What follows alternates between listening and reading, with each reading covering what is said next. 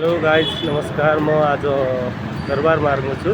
आज यहाँ दरबार मार्गमा चाहिँ कतिको परिवर्तन भएको छ भनेर हामी हाम्रो टिम लगायत सबै घुम्न आएको छौँ।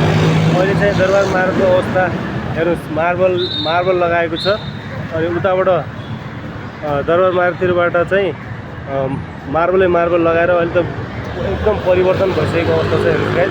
अनि हामीसँग आज ओम नारायण दाई र सुनिल दाई र लक्ष्मण गिरीहरू हुनुहुन्छ।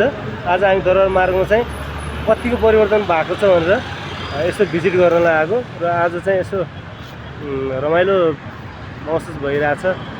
दरबार मार्गमा काठमाडौँमा आएर दरबार मार्गमा घुम्न पाउँदाखेरि एकदम खुसी महसुस भइरहेछ। र दाई एक दुईवटा कुरा दरबार मार्गको बारेमा दाईबाट। हेलो सर, दरबार मार्गको बारेमा एक दुईवटा कुरा भनिदिनु। Hello, I am Om Narayan Chaudhary. I am from Nepals. म यहाँको स्थानीय बासिन्दा नभए पनि नवलपरासीबाट यहाँ भिजिट गर्न आएको छु। द्याट इज भेरी ब्युटिफुल दरबार मार्ग। यो दरबार मार्ग एउटा वे हो होइन, यो एउटा जक्सन हो।